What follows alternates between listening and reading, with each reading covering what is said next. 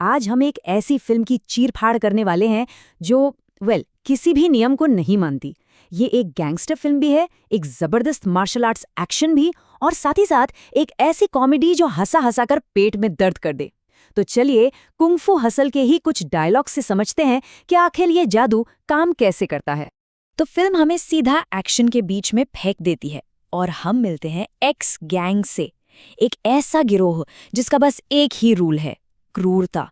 उनका मकसद सिंपल है, कोई भी जिंदा नहीं बचना चाहिए। ये लाइन उनकी पूरी पहचान बता देती है, एकदम सीधी, क्रूर और बेरहम। लेकिन रुकिए जरा, अगर ये बस एक और गैंगस्टर फिल्म होती तो हम आज इसकी बात नहीं कर रहे होते। इसकी सतह के नीचे ना कुछ बहुत ही अलग पक रहा है, और ये समझने के लिए कि आखिर ये फिल्म इतनी खास क्यों है, हमें इसकी परतों को एक एक करके खोलना होगा। और इसकी शुरुआत होती है कहानी के विलन से। तो ये हैं कहानी के विलन्स, द एक्स गैंग। इनके हिसाब से ये शहर के बादशाह हैं, एक ऐसी ताकत जिसके सामने कोई टिक ही नहीं सकता। कम से कम वो ऐसा ही सोचते हैं। अब ये धमकी सुनिए, मतलब इतनी बढ़ा चढ़ाकर कही गई है कि सुनकर हंसी आ जाए, लेकिन साथ ही ये गैंग कितनी खतरनाक है ये भी पता चलता है। और बस यहीं से इस फिल्म का जादू शुरू हो जाता है। खतरनाक हिंसा और बेतुकी कॉमेडी का एक ऐसा अजीबोगरीब मिक्सचर जो शुरू से ही टोन सेट कर देता है। तो एक्स गैंग का फंडा क्या है? सिंपल है, उनका राज चलेगा, उनकी ताकत ही कानून है, और रहम का तो सवाल ही पैदा नहीं होता। और हाँ, स्टाइल तो देखिए, डांस करते हुए लड़ने आते हैं। उन्हें लगता है कि उन्हें कोई हरा ही नहीं सकता। सुनने में तो ये एक टिपिकल एक्शन फिल्म की शुरुआत लगती है ना? तो फिर होता क्या है जब ये न रुकने वाली आंधी एक ऐसी चट्टान से टकराती है जो अपनी जगह से हिलने को ही तैयार नहीं है। बस यहीं से कहानी एक बहुत ही मजेदार मोड़ लेती है।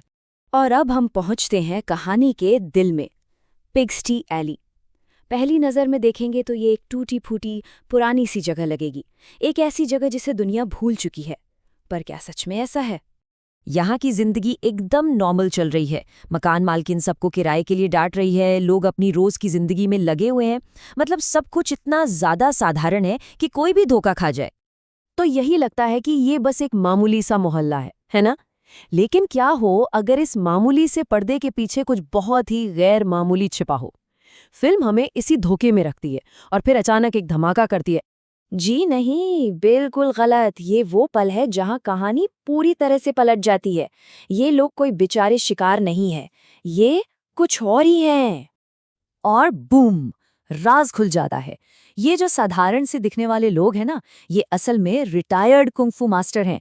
एक दर्जी, एक कुली, एक हलवाई, सब के सब छुपे रुस्तम। ये एक ऐसा ट्विस्ट है जो गैंगस्टर फिल्मों के सारे नियम तोड़ देता है। और अब बात करते हैं फिल्म की सबसे जीनियस लेयर की, कॉमेडी। ये फिल्म हर टेंशन वाले मोमेंट में हंसी का एक ऐसा तड़का लगाती है जिसकी कोई उम्मीद भी नहीं कर सकता। जरा सोचिए, एक तरफ जान से मारने की धमकी मिल रही है और दूसरी तरफ एक किरदार का ध्यान बस इस बात पर है कि विलन ने लाल रंग की चड्डी पहनी हुई है। ये फिल्म हमें दिखाती है कि कैसे सबसे सीरियस सिचुएशन में भी कॉमेडी छुपी हो सकती है। मतलब खतरनाक लड़ाई के बीच में एक गुंडा इस बात से कंफ्यूज है कि उसे सिल फोड़ना है या टांग तोड़नी है। ये स्लैपस्टिक कॉमेडी का इतना बढ़िया उदाहरण है कि एक्शन और भी मजेदार लगने लगता है। और यही तो इस फिल्म की खासियत है। ये कोई आम फाइट सीन नहीं है, ये एक पूरा तमाशा है।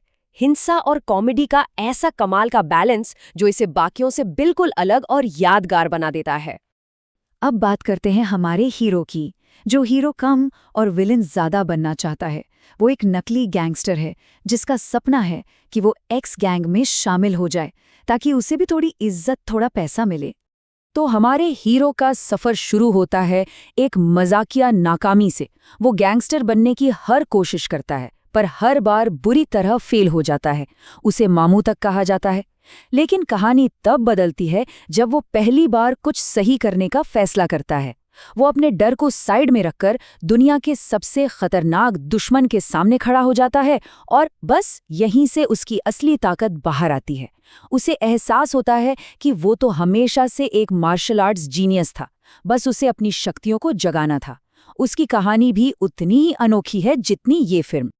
और अब आता है फिल्म का वो पल जहां ये तीनों चीजें, गैंगस्टर, कुंग-फू और कॉमेडी, एक साथ मिलकर एक ऐसा क्लाइमैक्स बनाती हैं जिसे भूलना नामुमकिन है। और इस क्लाइमैक्स के सेंटर में है लायंस रोर। अब ये कोई मामूली चीख नहीं है, ये एक पौराणिक कुंफू तकनीक है जो आपकी आवाज को एक हथियार बना देती है, एक ऐसी सोनिक वेव जिसमें सब कुछ तबाह करने की ताकत है।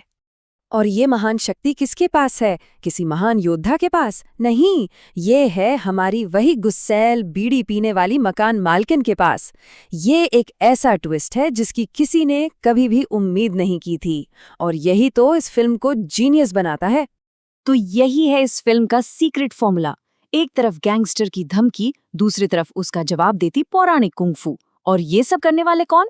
सबसे अजीब, सबसे मजेदार और सबसे अप्रत्याशित किरदार। ये फिल्म साबित करती है कि हीरो कहीं भी किसी भी रूप में मिल सकते हैं। तो आखिर में ये फिल्म हमें एक बहुत बड़ा सवाल सोचने पे मजबूर कर देती है। क्या असली ताकत उसमें होती है जो सबसे जोर से चिल्लाता है, या फिर उसमें जिसे हम सब अक्सर कमजोर समझकर नजरअंदाज कर देते हैं?